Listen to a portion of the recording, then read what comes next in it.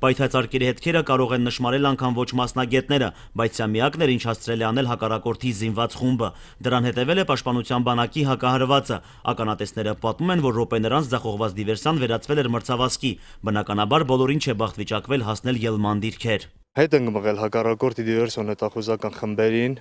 մեր ուժերով, հետ ենք մղել, հետո շարունակվեց հրետանային այս նռնակակացությունները, այդ ժամանակ մենք մտնում ենք թաքստոցներ զգոն վիճակով, իհարկե, չենք մտնում միայն բախկվելու, այլ մտնում ենք նրա համար, որ հակառակորդ չհասնի իր նպատակին։ Հետ ենք մղում նրան, դիվերսիոն հետախուզական խմբերին կանխում ենք, չենք թողնում հասնեն իրենց նպատակին, քանի որ նրանց նպատակը ոչնչացնել մեր զորամասը կամ մեր մարտական դիրքը։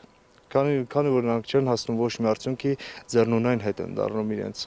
որջերը։ Մարտական հենակետում զինվորականերից ոչ պակաս պատասխանատու են նաև կամավորները։ Հրամանատարը մեկն է, նպատակը ևս՝ ոչնչացնել նախահարձակ հակառակորդին ու դիրքերը պահել անառիկ։ Քաղաքացիներին կարենք փոխանցենք, որ շատ հանգիստ լինեն, քանի որ մեր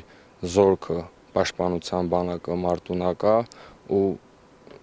ավելի շատ մենք ենք իրենցից բան իմանում ու ավելի շատ բան դաստիարակում մարտական գոտում։ Կամավորների մեջ կան կռված մարդիկ, կռված տղեկ,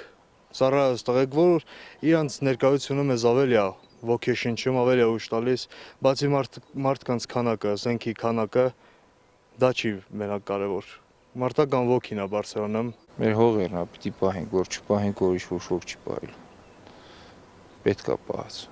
որովհետև մեր մծերը սա հետի այրին ընդուղ։ Ստեղ խելա բարեկամը կորցրալ, հենգիդամ հարազատներին կորցրալ,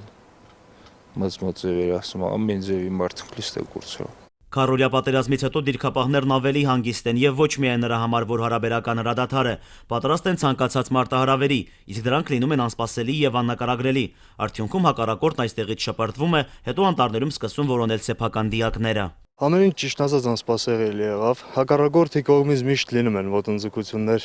մեր մարտական դիրքերի վրա, բայց այս ամեն ինչին